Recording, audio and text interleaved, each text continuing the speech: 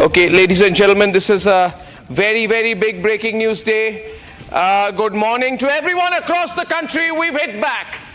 But also watching this rolling non-stop coverage out here, we can confirm right now from our sources that Hizbul Mujahideen camps have also been destroyed. And at the Mehmoona terror camp of the Hizbul Mujahideen has been destroyed. So there are three terrorist groups that India has targeted, which is the Lashkar-e-Toiba, the Jaish-e-Mohammed and the Hizbul Mujahideen. Brother of Shubham Dwivedi, Saurabh, good morning. And Shubham was killed by these terrorists in Pahalgam, right? And we've just got the news, Saurabh, that India has hit 9 locations, including the Lashkar headquarters, including the Jaish-e-Mohammed headquarters. This is the first time since then that I'm speaking to a victim's family. I'd like your thoughts. We've just got the news. And it's called Operation Sindoor. Arnab, this is a true homage to my brother by the government. Through you, I would like to thank PM Modi, Home Minister Amit Shah ji, the whole Indian Army, all 3 defense forces. This is a true homage to my brother. My whole family is in debt. And I have my brother here sitting with me. I have my whole family here sitting with me. They took away my bhabhi's sindoor, and Indian Army has returned her the respect, the vengeance she wanted, and whole family will always be in debt to the government, to the armed forces.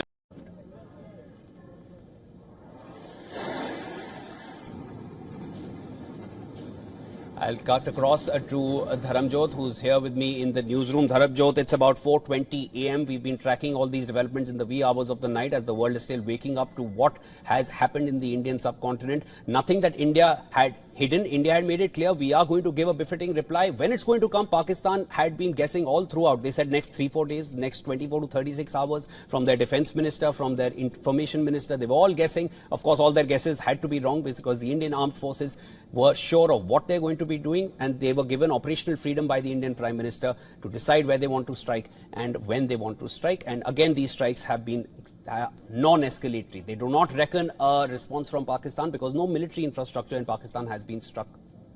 Any reaction to the attacks between India and Pakistan? No, it's a shame. We just heard about it just as we were walking in the doors of the Oval.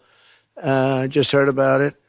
I guess people knew something was going to happen based on a little bit of the past. They've been fighting for a long time. You know, they've been fighting for many, many decades. And centuries, actually, if you really think about it. No, I just hope it ends very quickly.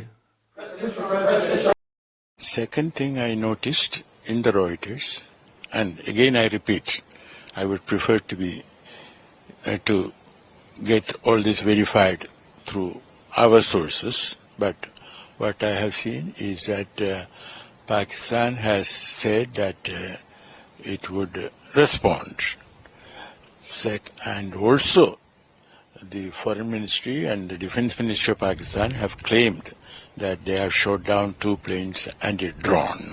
Point number 1, brutal and heinous attack. Second point, India has credible leads, technical inputs and testimony of survivors and other evidence pointing to clear involvement of Pak-backed terrorists in this attack. Third, it was expected that Pakistan would take action against terrorists and their infrastructure that supports them. Instead, during the fortnight that has gone by, Pakistan has indulged in denial and made allegations of false flag operations against India. Fourth point, India's precise actions have been focused and precise. They have been measured, responsible and designed to be non-escalatory in nature. No Pakistani civilian, economic or military targets have been hit. Only known terror camps were targeted. And the fifth point that they have tried to elucidate there, shortly after the strikes, NSA Shri Ajit Doval spoke with US NSA and Secretary of State Marco Rubio and briefed him on the actions taken. This is what they are saying, and a number of nations now. Zaka, this is something which you should also weigh in on, along with Nitin and Air Marshal here, that we've spoken to multiple nations, US, UK, Saudi, UAE and Russia. Very, very important nations to be spoken with. I think it's absolutely important, like I said, because of the time of night.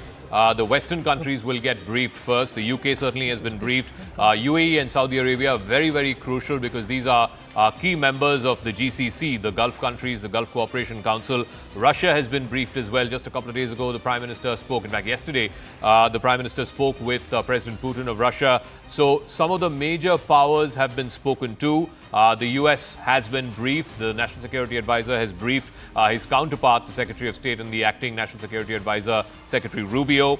Also, like I said, it's very important that India gets the support and gets on board the Gulf Cooperation Council members, Saudi Arabia and UAE, both of whom have been spoken to. And I think it's also pertinent to point out that Pahalgam happened when the Prime Minister was on an official visit to Saudi Arabia. He cut short his visit to Saudi Arabia. Indian Navy, we are told, was very, very insistent on wanting to be part of this operation for operational reasons, not for anything else. And remember that the Indian Navy also lost an officer in this terrorist attack in Pahalgam, Maria.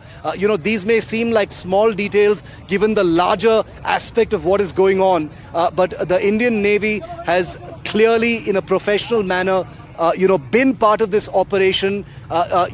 Many will also see this as retaliation for, Lieutenant Vinay Narwal, the young officer who was killed on his honeymoon. Those images of his wife had gone viral as well. The emotional aspect can never be ignored, but this was a professionally conducted, fully vetted choice of targets with the three armed forces involved, making it, I would dare say, I would hazard a guess and say this is the largest non-war military action India has ever taken. Never before have we seen coordinated kinetic action by all three armed forces at the same time on Pakistani targets, Maria.